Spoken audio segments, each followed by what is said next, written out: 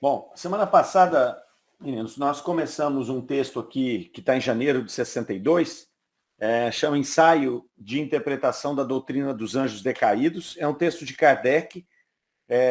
A gente resolveu trazer esse texto porque a gente estava vendo lá no diálogo com os espíritos um diálogo sobre esse tema. Eunice, tudo jóia? Tudo bem. Boa noite. Boa noite.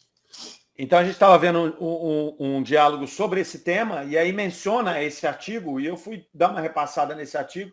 Falei, não, esse artigo é muito bom, a gente tem que. Esse texto de Kardec é muito bom, eu acho que vale a pena a gente levar para o nosso estudo. E aí nós começamos a ver esse texto, é um texto relativamente longo, então ele chama Ensaio de Interpretação da Doutrina dos Anjos Decaídos.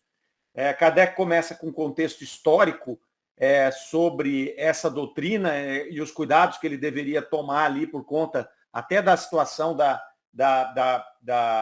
própria Igreja Católica, né? Uma vez que essa doutrina dos anjos decaídos aqui é uma doutrina que permeia várias religiões, então Kardec tomou esse cuidado de fazer esse contexto histórico. Depois ele começa a fazer uma síntese dos princípios básicos da doutrina espírita para poder embasar esse tema que ele iria tratar com uma certa profundidade. Então ele vai falar da alma novamente, né, classificando a alma como um espírito encarnado. Ele vai falar dos anjos, né, que os anjos foram tratados e são tratados na maioria das religiões, que não a religião, que não a doutrina espírita, como seres à parte da criação, né? E aí cria já a primeira inconsistência do raciocínio de Kardec, que se é um ser criado à parte, é um intermediário entre nós e a divindade, e ele sugere uma perfeição, ele não poderia decair, né? Então, uma vez que ele decai, ele já não é perfeito mais, então já cria aí uma inconsistência. Então, Kardec começa a tratar desse tema, vai classificar esses anjos, então, como espíritos, e aí sim ele vai dizer, aí nós podemos colocar espíritos bons e espíritos maus, né? Espíritos mais evoluídos que vão fazer esse intercâmbio, com mais conhecimento, talvez com mais proximidade, se a gente pode chamar assim, da divindade, né? Com mais conhecimento dessa divindade, e aqueles maus espíritos que seriam o que se chama de anjos maus ali. Então ele faz essa classificação, fala um pouco da evolução, a evolução do espírito a partir das experiências da reencarnação, e entra no tema da pluralidade das existências. Ele fala bastante da pluralidade das existências, faz algumas reflexões sobre as leis morais, e aí a lei do progresso e a lei de sociedade, para embasar essa evolução a partir das reencarnações ali. E ele termina o trecho que nós chegamos, até onde nós chegamos semana passada, falando da emigração e da migração dos espíritos entre os mundos. Então, ele vai falar da migração, que é a entrada dos espíritos que vêm normalmente de planos superiores para o planeta Terra, em missão para nos auxiliar na nossa evolução. E ele vai falar da saída também, que é a emigração, quando um espírito ou um grupo de espíritos é levado a sair do planeta em que ele habita e ir para outro mundo. Né? Isso pode ocorrer individual ou coletivamente. Isso pode ocorrer por mérito, por evolução. Aí ele vai emigrar para um mundo melhor, e ele pode ser por um processo de expiação, de prova, e um processo onde ele não se encaixa mais fluidicamente naquele mundo que está ali, em que ele está seguindo, e ele volta, então, para um mundo inferior. Então, Kardec fala dessa situação, fala dessas migrações e emigrações, então, individuais e coletivas. Ele vai tratar dessas coletivas, dizendo que em determinados momentos dos planetas existe esse movimento de imigração coletiva que vai fazer justamente, que vai classificar aí um momento de transição planetária, né? Um momento em que aí ele faz uma relação com as palavras do Cristo, quando Jesus falou que nenhuma geração, não passaria uma geração sem que aquilo que ele tinha dito tivesse acontecido, né? E Kardec aproveita para esclarecer isso, que fala, olha, as pessoas às vezes se confundem falando que talvez o Cristo tivesse errado, porque passaram várias gerações, passaram aí mais de quantos 1000 anos e não aconteceu nada, quase 2000 anos não aconteceu nada, já passaram várias gerações aí, mas aí Kardec vai explicar que, no sentido espiritual, essa geração poderia ser entendida como uma geração espiritual. Então, a gente vem ali em conjunto, aqueles seres que estavam na época do Cristo, né, que já estavam aqui, nós mesmos, talvez, que estávamos aqui nos desenvolvendo, vai se completar essa geração agora, no momento em que vai fazer essa divisão da transição planetária. Ele vai tratar disso aqui, a gente chegou exatamente nesse trecho aqui, certo? Agora vamos dar continuidade no texto. Então, falei isso só para situar a turma que não estava aqui.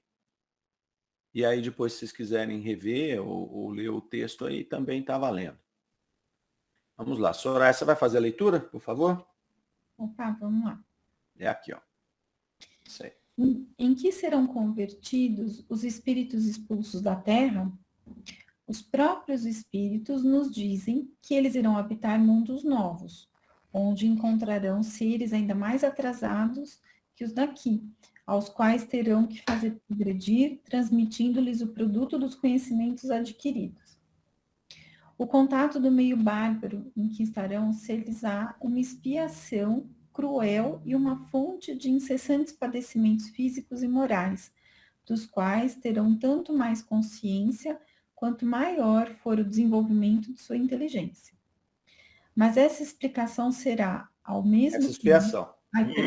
Expiação será, ao mesmo tempo, uma missão que lhes oferecerá meios de resgatar seu passado, conforme a maneira pela qual desempenharem. Aí, sofrerão uma série de reencarnações durante um período mais ou menos longo, no fim do qual os que tiverem merecido serão retirados para mundos melhores, talvez para a própria Terra, que será então um recanto de felicidade e de paz, enquanto que os da Terra subirão pouco a pouco até o estado de anjos ou puros espíritos. Isso é muito demorado, dirão alguns. Não seria melhor ir de uma vez da Terra para o céu? Sem dúvida. Mas com tal sistema, tendes a alternativa de ir, também em massa, da Terra para o inferno, pois por toda a eternidade.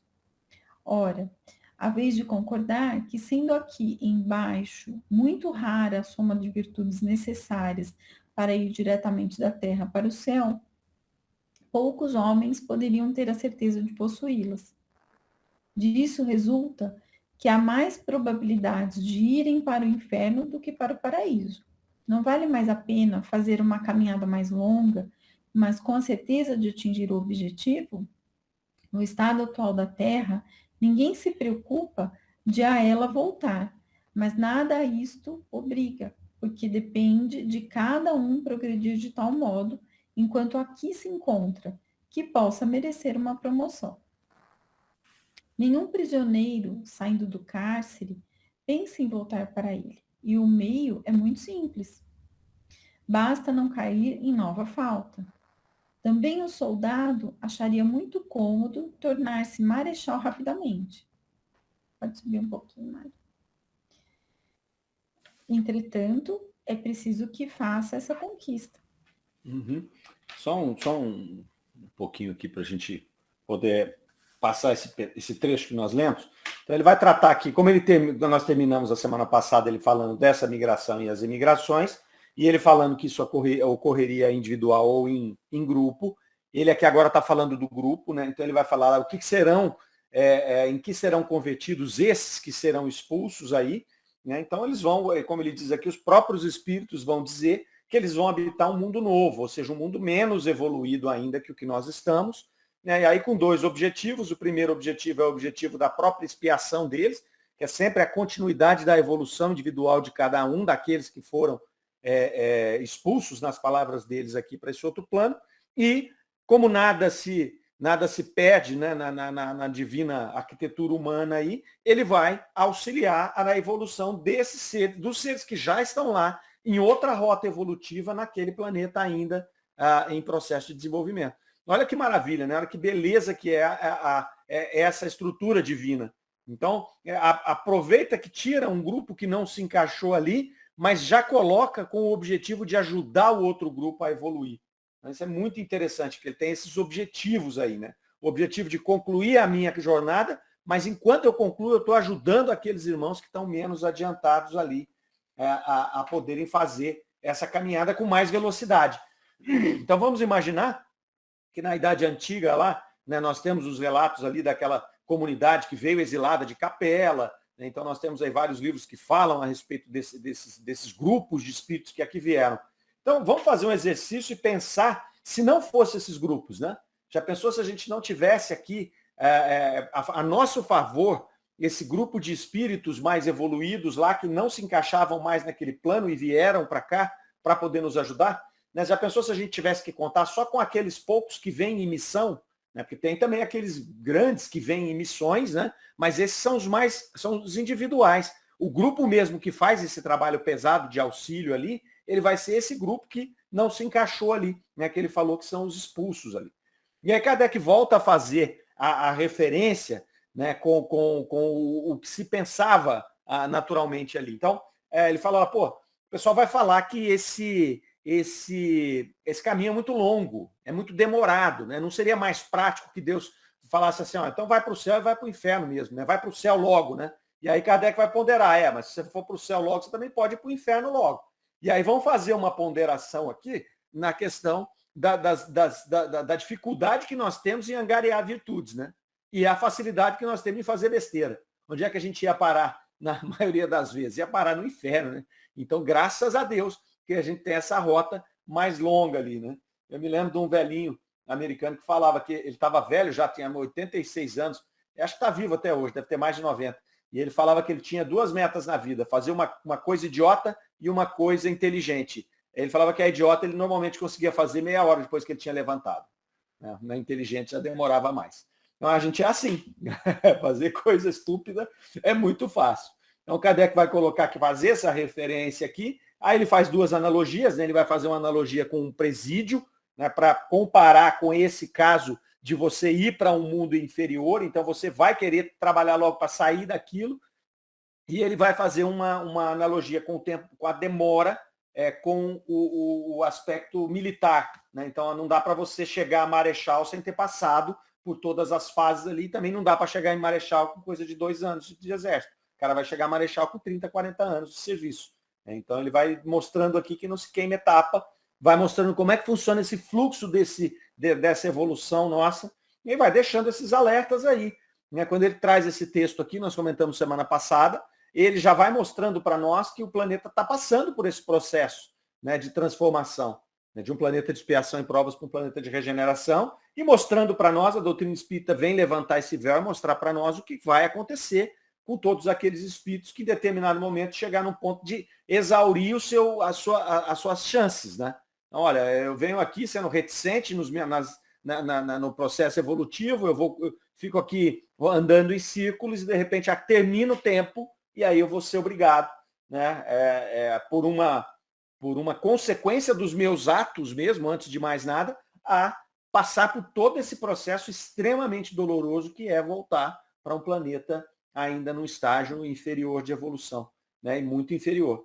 A gente vai pensar que a gente acabar caindo num planeta que vai estar lá como se nós estivéssemos na história antiga, lá dos egípcios, vamos lá construir pirâmide, né? Aí a gente vai ficar lá choramingando, construindo pirâmide, olhando as estrelas lá e aí sofrendo essas consequências. Tudo bem? Vamos prosseguir.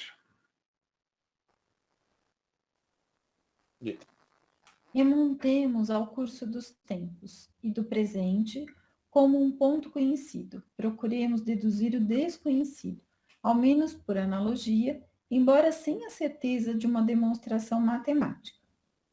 A questão de Adão, como tronco único da espécie humana na Terra, é muito controvertida, como se sabe, porque as leis da antropologia demonstram a impossibilidade, sem falar dos documentos autênticos da história chinesa, que provam que a população do globo remonta a uma época muito anterior a que a cronologia bíblica assinala para Adão.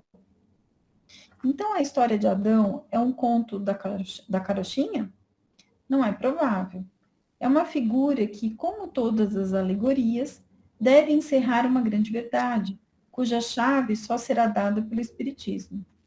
A questão principal, a nosso ver, não é saber se o personagem Adão existiu realmente, nem em que época viveu, mas se a raça humana, designada como sua posteridade, é uma raça decaída.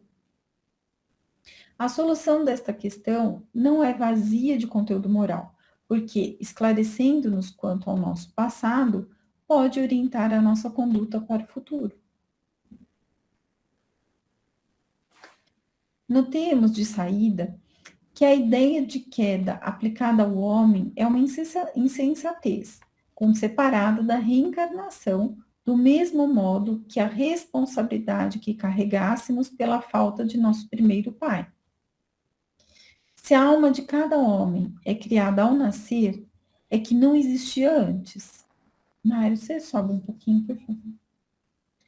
Assim, não terá qualquer relação direta ou indireta com a que cometeu, com a que cometeu a primeira falta.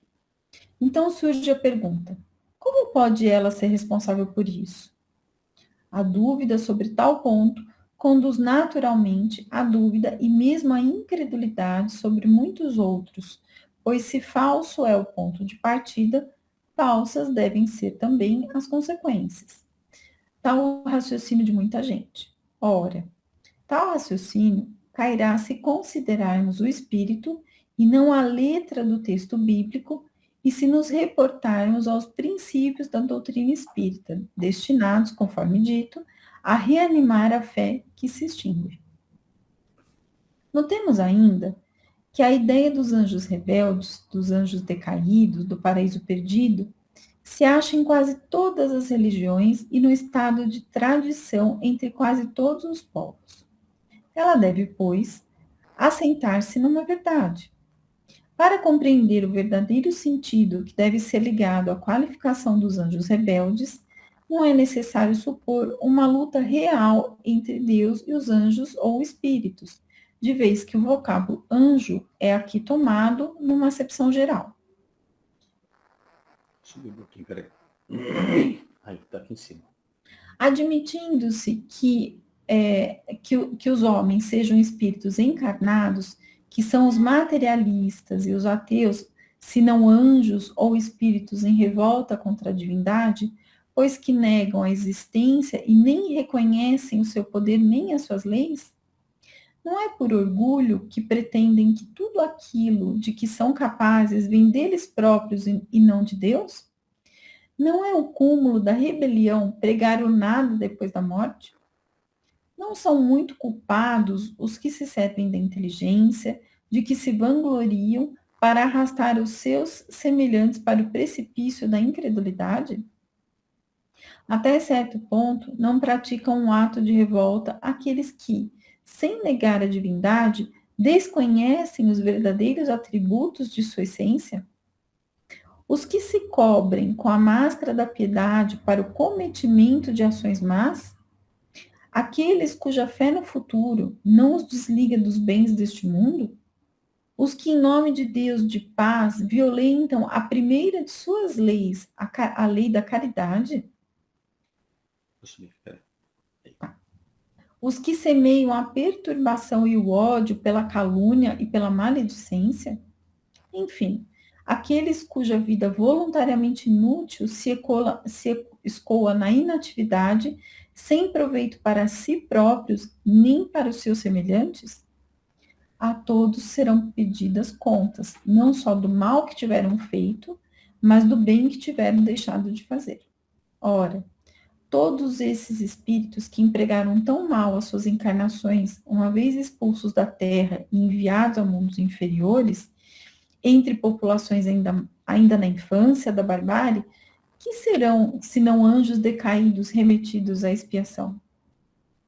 Não será para eles a terra que deixam um paraíso perdido, em comparação com o meio ingrato, onde ficarão relegados durante milhares de séculos, até o dia em que tiverem merecido a libertação?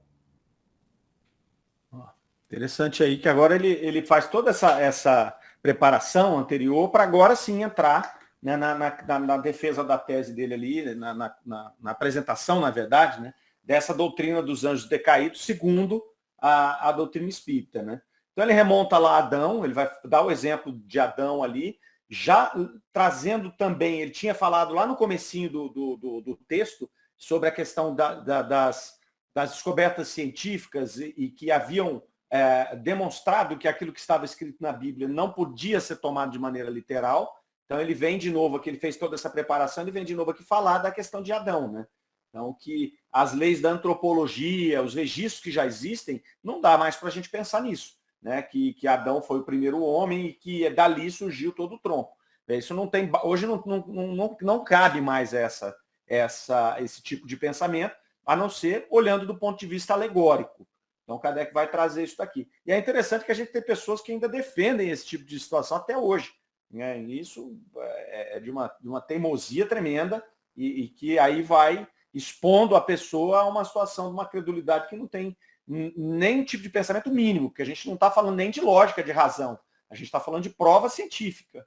Né? Então, já tem prova científica disso. Então, não dá para você negar uma prova científica. Né? Mas muitas pessoas continuam fazendo isso. Então, ele ainda faz aqui o paralelo. Então, é um conto da carochinha, a história de Adão? Não, ela é uma alegoria. Ele vai construindo esse pensamento, dizendo, olha, não é que aquela revelação é algo que foi assim, eles entenderam completamente errado, alguém trouxe de maneira completamente errada. Não. Aí ele vai desenvolver essa ideia aí, né, da questão de Adão. Ele vai trabalhar isso um pouco mais para frente aqui agora, que a gente vai ver na sequência. Mas aí ele faz um parênteses para falar, olha, a nossa ideia aqui é descobrir o seguinte, se a raça humana designada com essa posteridade, para a posteridade, é uma raça decaída ou não. É isso que a gente vai ter que ver. Né? Então, aí ele vai falar que a queda, né, de saída, que a queda aplicada ao homem é uma insensatez quando separada da reencarnação. Então, não dá para você pensar num processo dessa questão dos anjos decaídos, com tudo aquilo que já foi posto, sem você falar na reencarnação. Não dá para fazer isso. Se a alma é criada ao nascer, não dá nem tempo dela fazer esse trabalho. E aí, se ela é criada ao nascer e ela já entra, né, com o pecado original lá, ela está pagando por algo que alguém fez lá atrás. Então, isso não condiz, né, nem com a lógica, nem com a razão, nem muito menos com a bondade divina ali. Então, ele já traz esse argumento aqui. Então, ele vai mostrar ali que essa ideia de anjos decaídos, ela permeia todas as religiões e ela está em várias tradições. Então, ela deve assentar-se por alguma verdade. Então, vamos descobrir que jeito que é isso aí e de que forma nós vamos poder colocar isso dentro do arcabouço da doutrina espírita. Ele vai falar que não precisa de fazer, para falar em anjos decaídos, você não precisa trabalhar com uma questão de uma revolta, uma luta de um anjo com Deus, né? Que essa é a imagem que a gente tem. O Lúcifer, por exemplo, seria um anjo decaído que se rebelou contra Deus e aí ele se tornou um anjo mau, né? Então, quer dizer, isso não faz sentido do ponto de vista doutrinário, até por conta da questão da não retrogradação da alma ali. Agora ele fala, bom, fica tudo mais fácil se a gente entender esses anjos como espíritos. Então, esses seres que estão se comunicando aí e são tratados como anjos, como espíritos. Então, eles tiveram o seu processo evolutivo ali, né? E aí ele vai fazer uma relação com várias situações nossas no planeta Terra, que ele vai falar, não seriam os materialistas, por exemplo, anjos decaídos, né, que estariam revoltados com o Criador? Então ele vai citar os materialistas, ele vai citar aqueles que conhecem, né, não reconhecem a existência de Deus, né, que negam a existência de Deus ali e não reconhecem o poder nas leis. Ele vai falar ali, aqueles que pregam nada depois da morte. Ele vai falar quem mais aqui? Ele coloca vários aqui, ó. Aqueles os hipócritas, né, que com a máscara de piedade cometem más ações. Aquele que a fé no futuro, não tem fé no futuro e não se desligam dos bens desse mundo. Então ele vai colocando assim várias situações nossas, né, de, na verdade, vícios ou paixões humanas aqui, que demonstram esse tipo de relação aí como se estivéssemos tratando de anjos decaídos. Pessoas revoltadas, pessoas que não estão atentas ali à questão da sua própria evolução. Ele chama todos ao final à responsabilidade, todo mundo vai ser cobrado ao final pelos seus atos, né? Então, não só pelo que tiverem feito, mas pelo que tiverem deixado de fazer. E aí, esses que serão os anjos decaídos que serão remetidos a essa expiação. Muitas vezes em outros mundos, se ficar reticente aqui e perder essas oportunidades. Então, ele vai nos trazer aqui esse panorama, reforçando o que ele havia dito no parágrafo anterior. Ok? Algum comentário? Claro, né, o texto. Sigamos. E remontamos agora à origem da raça atual, simbolizada na pessoa de Adão, encontramos todos os caracteres de uma geração de espíritos expulsos de outro mundo e exilados, por causas semelhantes na terra já povoada, mas por homens primitivos, mergulhados na ignorância e na barbárie, e que eles tinham por missão fazê-los progredir, trazendo para o seu meio as luzes de uma inteligência já desenvolvida. Não é realmente o papel até aqui desempenhado pela raça adâmica? Relegando-a para esta terra de trabalho, de sofrimento, não teria Deus razão para dizer: tu extrairás o teu pão com o teu suor de teu rosto? Se ela mereceu tal castigo, por causas semelhantes às que vemos hoje, não será justo dizer que se perdeu por orgulho? Na sua mansuetude, não lhe poderia prometer que lhe enviaria um Salvador, isto é, aquele que deveria iluminar o caminho a seguir para alcançar a felicidade dos eleitos? Mário, só um pouquinho, por favor. Esse Salvador foi enviado na pessoa do Cristo, que ensinou a lei do amor e da caridade como a verdadeira âncora de salvação. Aqui se apresenta uma consideração importante. A missão do Cristo é facilmente compreendida, admitindo-se que se trata dos mesmos espíritos que viveram antes e depois de sua vinda, e que assim puderam tirar proveito de seus ensinamentos ou do mérito de seu sacrifício. Mas já é mais fácil de compreender, sem a reencarnação, a utilidade desse mesmo sacrifício em prol dos espíritos criados posteriormente à sua vinda, e que assim Deus teria criado manchados por faltas daqueles com os quais não tinham qualquer relação. Essa raça de espíritos parece ter completado o seu tempo na Terra. Dentre eles, alguns aproveitaram seu tempo e progrediram, e por isso mereceram recompensa. Outros, por sua obstinação em fechar os olhos à luz, esgotaram a mansuetude do Criador e mereceram castigo. Assim cumprir-se-á a palavra do Cristo: os bons ficarão à minha direita e os maus à minha esquerda. Um fato parece apoiar a teoria que atribui uma pré-existência aos primeiros habitantes dessa raça na Terra. É que Adão, tido como o tronco, é representado com um desenvolvimento intelectual imediato muito superior ao das raças selvagens atuais. Que os seus primeiros descendentes, em pouco tempo, mostraram aptidão para trabalhos de arte muito adiantados. Ora, o que sabemos do estado dos espíritos em sua origem indica o que teria sido Adão do ponto de vista... Aí precisa subir um pouquinho. Do ponto de vista intelectual, se sua alma tivesse sido criada ao mesmo tempo que o seu corpo, e admitindo que, por exceção, Deus lhe tivesse dado uma alma jamais perfeita, restaria explicar por que os selvagens da Nova Holanda, por exemplo, se saem do mesmo tronco, são infinitamente mais atrasados que o pai comum. Ao contrário, tudo prova, pelo físico e pelo moral, que pertencem a outra raça de espíritos, mais próximos de sua origem, e que ainda necessitam de um grande número de migrações corpóreas antes de atingirem os graus menos avançados da raça adâmica. A nova raça que vai surgir, fazendo reinar por toda parte a lei do Cristo, que é a lei de justiça, de amor e de caridade, apressará o seu adiantamento.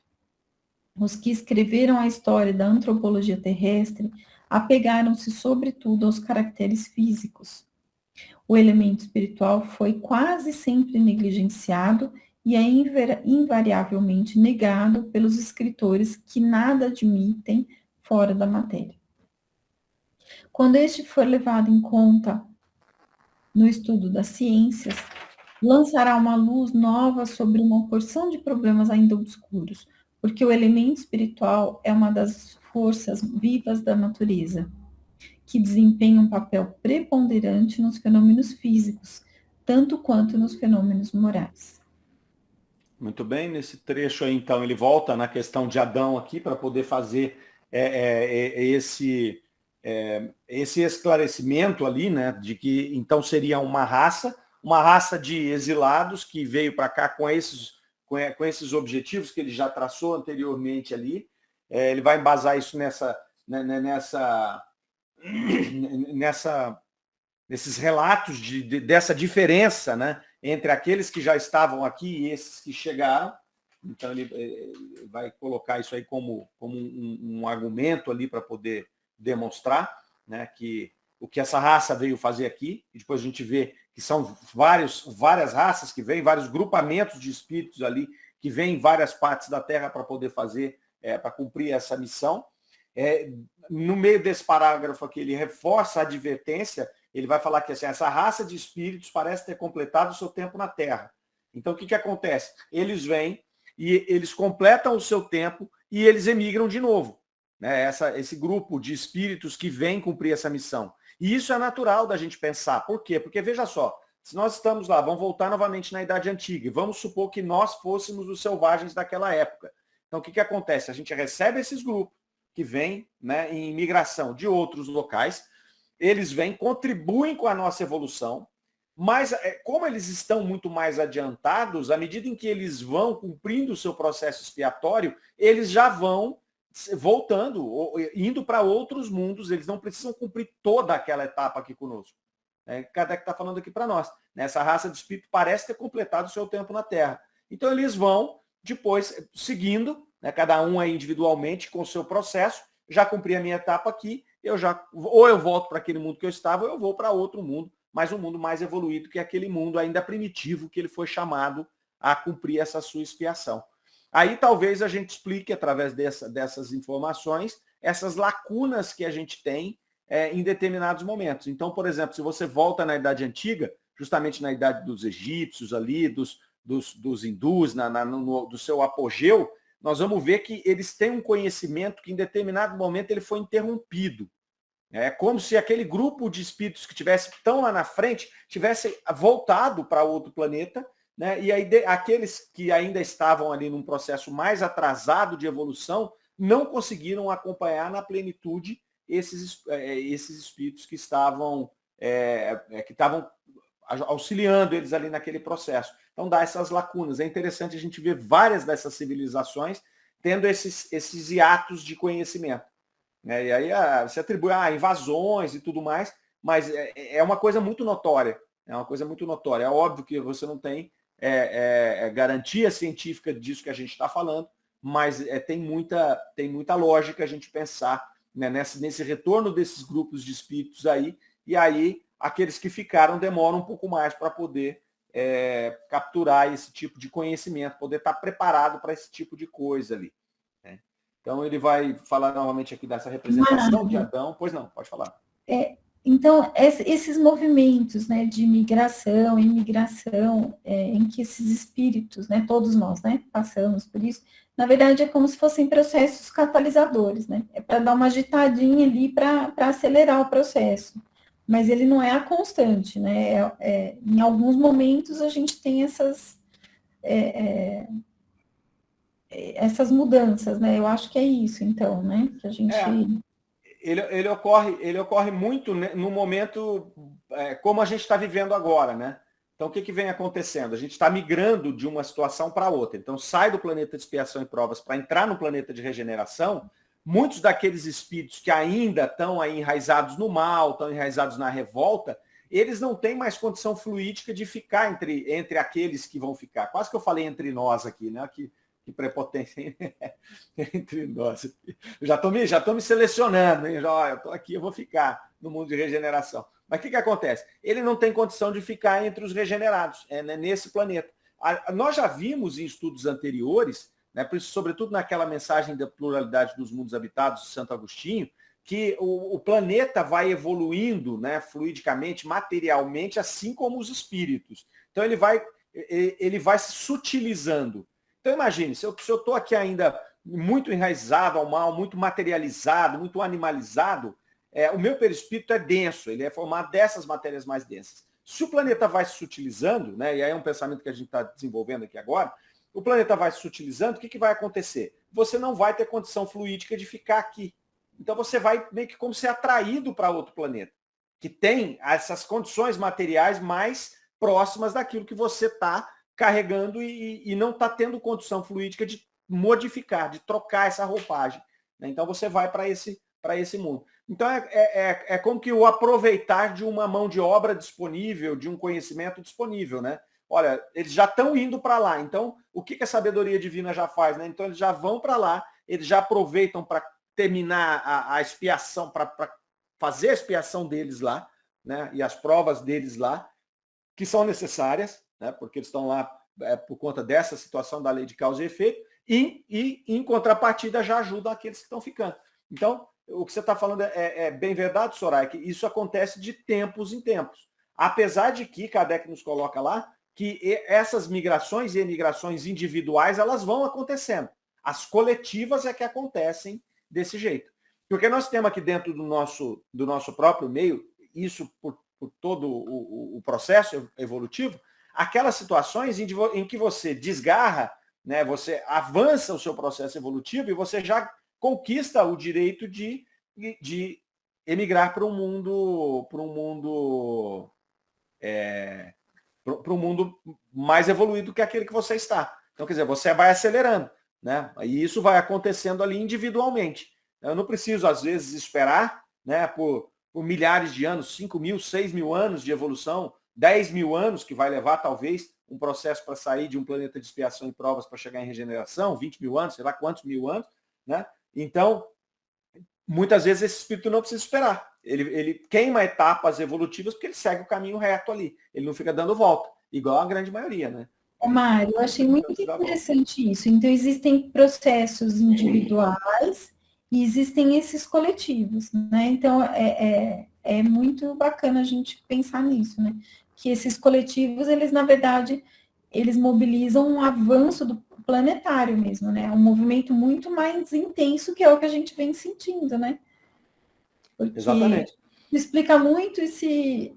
Acho que traz um consolo, um entendimento, né, para o que a gente tem vivido, né, tão intenso, e que está trazendo um desconforto coletivo, né, não é individual, é coletivo.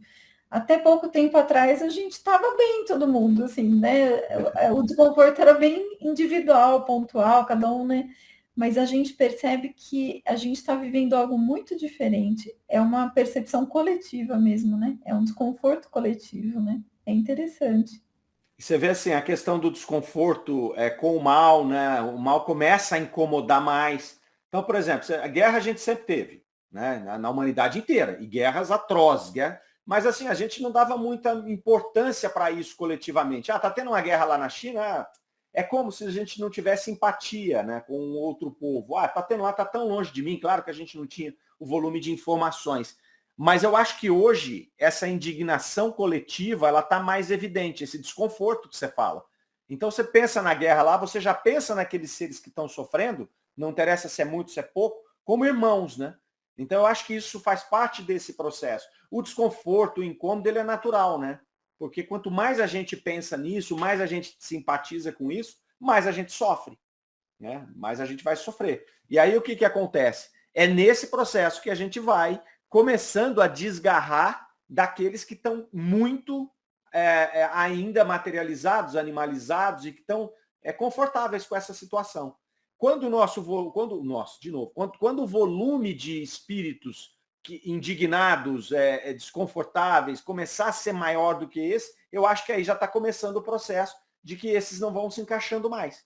entendeu? E aí eles vão saindo. Porque se a gente olhar as características de um mundo de expiação e provas e de um mundo de regeneração, né, segundo a classificação dos espíritos, nós vamos ver que a principal característica é que no mundo de regeneração o bem se sobrepõe ao mal. No mundo de expiação e provas o mal se sobrepõe ao bem. Então a gente já está nesse processo. Eu acho que a gente não pode falar no planeta Terra de hoje que o mal se sobrepõe evidentemente ao bem. Né? A gente tem esse desconforto com relação ao mal. Então você vai ver hoje situações, sobretudo nas gerações mais novas que estão surgindo, a indignação com relação ao racismo, a indignação com relação à homofobia, a indignação com relação até à questão dos animais, que a gente já falou aqui. Então, isso tudo eu acredito que são indícios desse desconforto que o mal está causando, e quanto mais vai aumentando esse desconforto, mais vai ficando evidente que essas pessoas não se encaixam. E aquele que não conseguir mudar essa característica dele animalizada, brutalizada, materializada, ele vai naturalmente se desgarrar. Né? E quando acontece isso em bloco, é onde você tem as grandes transições.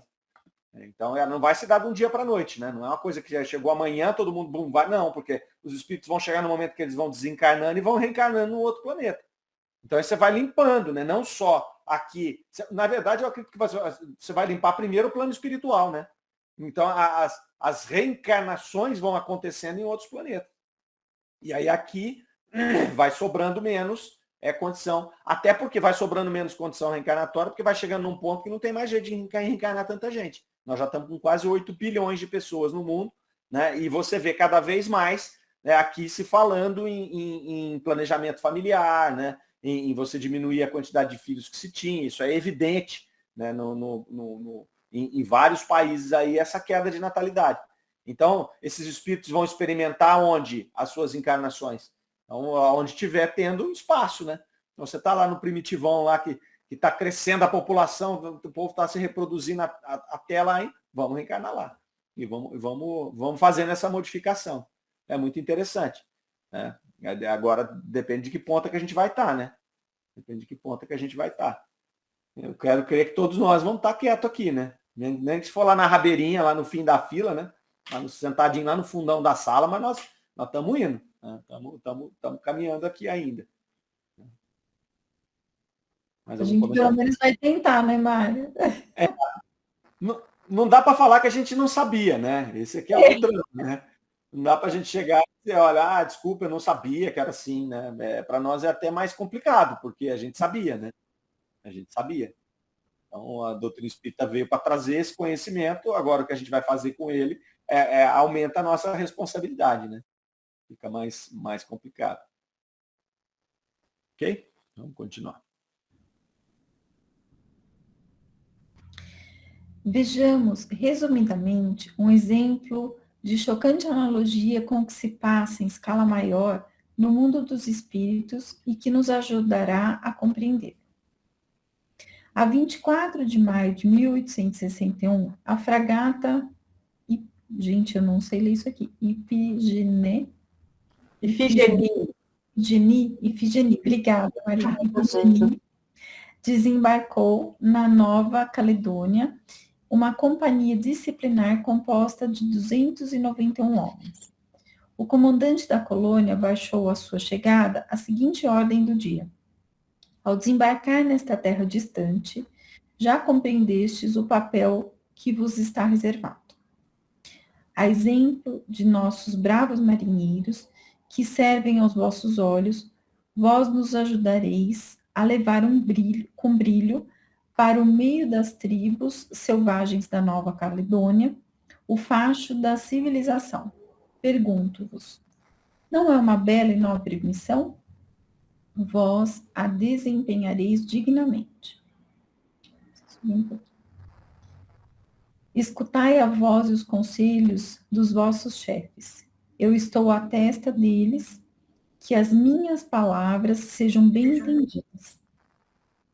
A escolha do vosso comandante, dos vossos oficiais, dos vossos suboficiais e cabos é uma garantia segura de todos os esforços que serão tentados para fazer de vós excelentes soldados. Direi mais, para vos elevar à altura de bons cidadãos e vos transformar em colonos honrados, se assim o quiserdes. Vossa disciplina é severa e deve ser.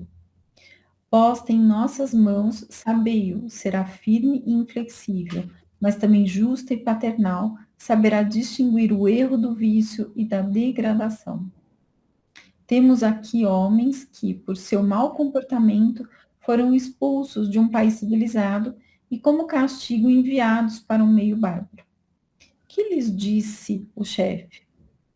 Infringistes as leis do vosso país, fostes causa de desordem e de escândalo, e de lá fostes expulsos.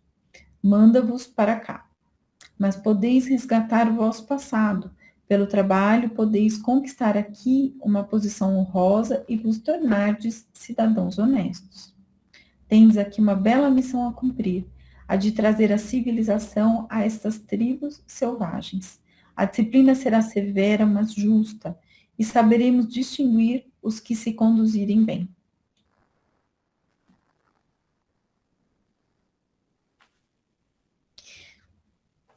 Para aqueles homens relegados ao seio da selvageria, a mãe pátria não é um paraíso perdido por sua culpa e por sua rebelião contra a lei?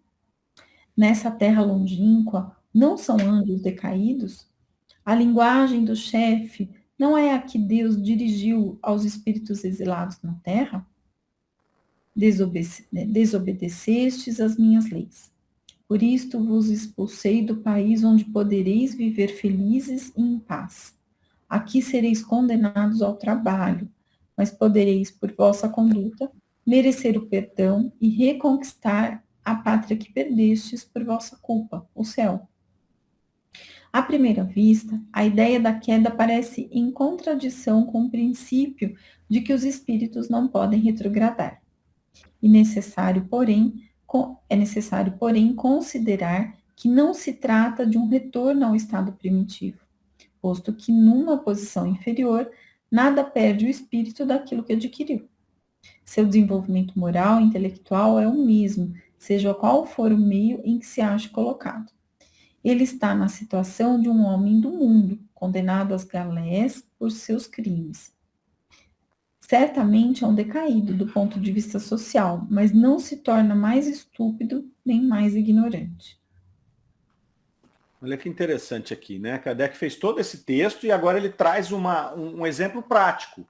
Então ele começa aqui esse trecho mostrando ali a chocante analogia que existe entre esse exemplo prático e tudo que ele colocou até agora, né, dessa lei mais ampla que vai reger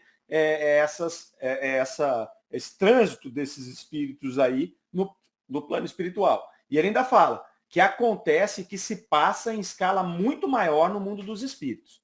Então ele vai lá, ele pinça, né, um fato que estava acontecendo ali em maio de 61, que aconteceu em maio de 61, que essa fragata, que era uma companhia disciplinar composta por 291 homens. Então, o que era essa companhia disciplinar? Era um navio de prisioneiros. Então, eles pegaram aqueles prisioneiros lá, colocaram no navio e mandaram esse pessoal para esse local aqui, que é a Nova Caledônia, que era um local que estava sendo colonizado, muito provavelmente. Então, levava essas pessoas lá. Então, se a gente voltar aqui para o nosso Brasilzão, né, isso acontecia muito aqui no Brasil com os prisioneiros, com os condenados de Portugal. Botava o cara no navio e mandava para cá.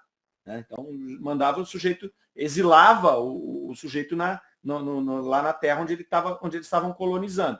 Por quê? Porque pior que ele fosse em Portugal, ele ainda seria talvez útil lá nessa outra terra.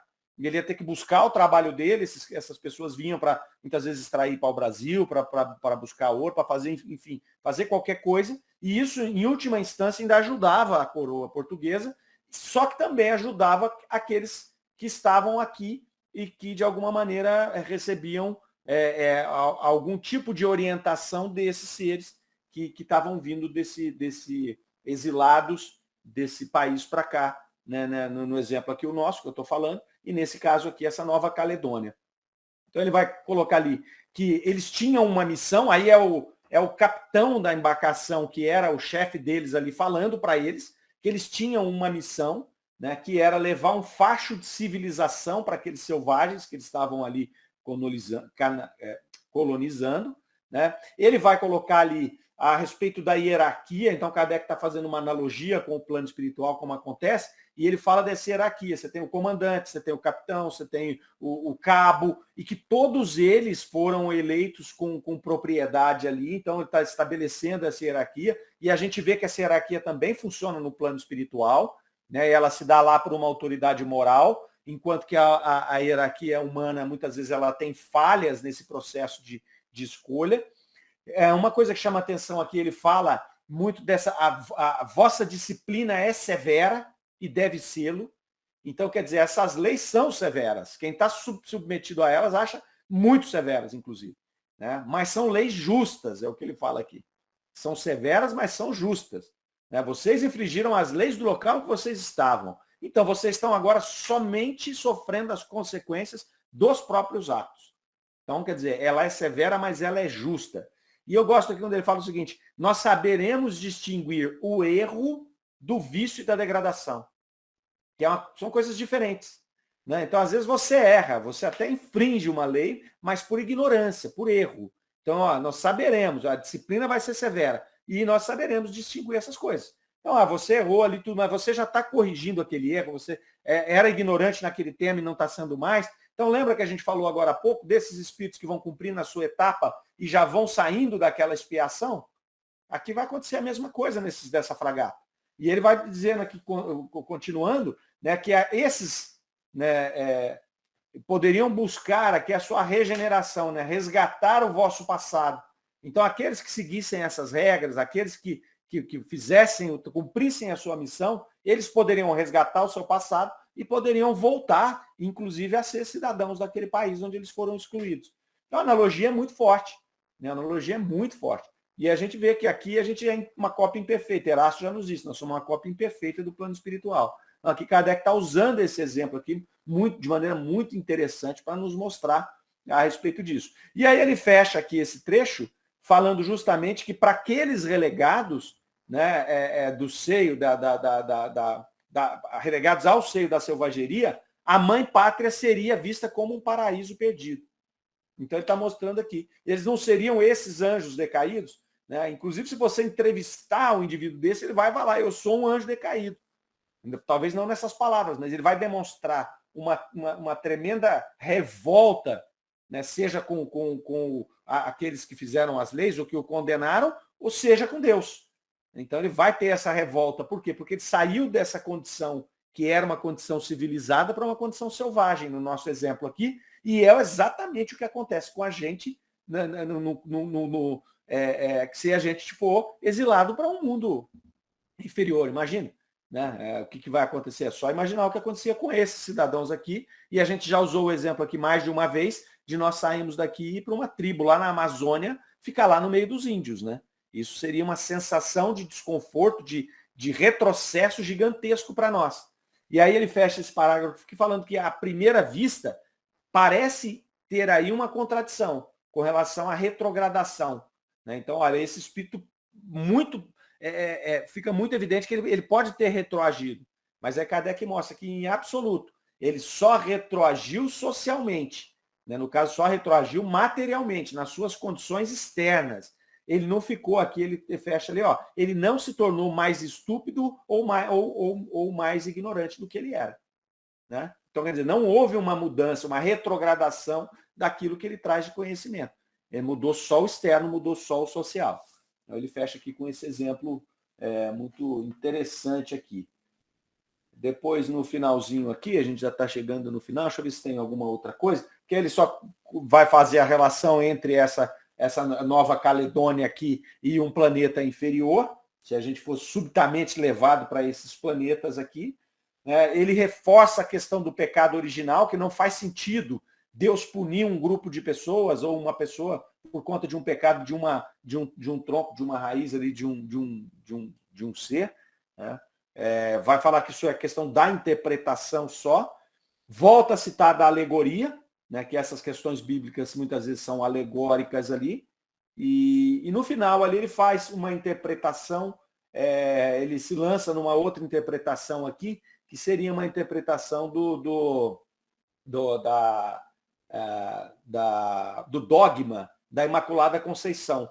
Então ele vai falar aqui que o ceticismo zomba muito desse dogma, né, de que a mãe do Cristo ali, ela na verdade não foi manchada pelo pecado original, e ele arrisca aqui, ele ainda fala, eu vou arriscar uma interpretação dentro dessa linha que a gente está falando, né? Aí ele vai falar aqui, como Deus enviou um espírito puro que não pertencia a essa raça culpada, exilada, né? Tá aí esse dogma surgiu de que ela não havia sido manchada. Então, seja, não habitou nela um espírito, puro, não um espírito que vem dessa raça exilada. Então, ele vai fazer essa colocação aqui. Depois, a hora que ele vai falar com alguns espíritos sobre isso aqui, um dos espíritos chega, desce o cacete nele, fala para ele, você não devia ter se metido nisso, isso é coisa dos católicos, deixa isso para lá e tal. Né? Mas ele se arrisca só nisso daqui para poder fazer esse paralelo, né, que a gente não vai entrar aqui, porque não tem muito a ver com o nosso tema aqui de estudo, mas ele só faz essa colocação ali também. Né? Então, depois ele termina o texto falando da questão de nós não observarmos a leitura, sobretudo da Bíblia, de maneira literal, né? Porque ele vai falar que se você observa de maneira literal, isso te afasta de Deus, ao contrário do que se imagina, e quando você faz uma interpretação a partir da razão, a partir desses conhecimentos mais amplos, você se aproxima de Deus. Então aqui ele está mostrando uma coisa que era tido como contrária. Então, muitas vezes usava o seguinte, se você se aprofunda nesse tipo de conhecimento, você está como que questionando essas situações que foram trazidas, essas revelações. Então isso vai te afastar de Deus. E aí Kardec fala, não, o que tem afastado as pessoas de Deus é justamente tentar forçá-las a aceitar esses dogmas, a aceitar essas coisas que não têm sentido nenhum. Isso afasta as pessoas de Deus. Ao passo que se você, né, e obviamente ele está falando da doutrina espírita, se você tiver esse conhecimento mais alargado dessas leis, desse processo, né, você vai se aproximar de Deus. E aí isso é incontestável, né? Não tem jeito. Quanto mais a gente estuda, mais próximo a gente fica, né? Porque mais lógica, mais razão, isso nos aproxima da bondade divina, né? Nos mostra aí que Deus realmente está conosco, que existe essa lei muito mais ampla, e aí você tirando esses dogmas da frente fica muito mais fácil, né? Porque às vezes a pessoa cai para o materialismo que ela fala, isso é tão absurdo que você está querendo que eu creia, que não tem condição nenhuma de eu crer nisso. Né? Então ele fecha aqui esse texto com essa colocação aqui, né, de se afastar ou se aproximar de Deus. Perfeito? Algum comentário, meninos? Ei, Mário, esse artigo aí derruba muita tese por aí, né? Derruba, hein? Derruba muita tese, né? E assim, é um artigo muito embasado, né? Um texto que Kardec foi lá e ele construiu, né, toda uma base para trazer esse texto, e fica difícil refutar um texto desse aqui, né? Fica muito difícil. Porque se você não for reencarnacionista, você já está refutando, né? Mas ele deixa bons argumentos ali, inclusive com relação a isso, né? Ô, Mário, e também tem uma coisa. A gente percebe assim, o progresso é inexorável. Ou você progride individualmente, ou você produz coletivamente. Você tem que progredir. Não tem escolha. Né? E esse progresso pode ser mais rápido ou bem devagar. Vai depender da sua escolha. Mas que tem que progredir, tem. Ou você vai para um grupo, igual fala, manda para outro lugar e você vai lá, você sente a necessidade do progresso, ou você acompanha gradativamente um progresso melhor, mais acessível, né? Ou você acelera. A escolha é nossa. Ou você acelera também e consegue se desgarrar do grupo, né, e avançar o seu processo, né, que seria o melhor dos mundos, né? Apesar de a gente saber das tremendas dificuldades que é isso, né? A escolha é nossa. Mas pelo menos já dá um grande conforto a gente saber que a gente pode fazer essa evolução, permanecer nesse planeta e assim, traz muita esperança a gente entender esse processo de reforma planetária e saber que a gente está aqui, né? E E aí nós ainda temos a bênção de ter essa doutrina tão esclarecedora, né, que nos ajuda muito, né, nesse processo aí. Ajuda demais. E também a cobra, né? Se a gente não, né, depois de conhecer tanto e não fizer nada, vai ser mais complicado até para a nossa consciência, né? Mas eu acho que a gente está indo bem, né? Pelo menos toda quarta-feira a gente está aqui, a gente vai, Dona Honória aí não pede um dia de reunião, e aí nós vamos tocando o barco, né? Vamos vendo. E amanhã, quem quiser evoluir um pouquinho mais, só mais um pouquinho, vai no presencial no Luz e Amor, ou pode assistir online, que a Soraya vai fazer uma palestra. Show de bola. Olha aí, ó. Amanhã, 8 horas, hein? Agora já A vida futura, viu, Mara? A vida futura. vida futura. Olha que delícia. Muito bom. Então tá jóia, meninos. Vamos ficando por aqui, 8h05 já. Então, boa noite. Obrigado, boa Boa noite. noite a todos. Até. Tchau, tchau. Obrigado. Boa noite.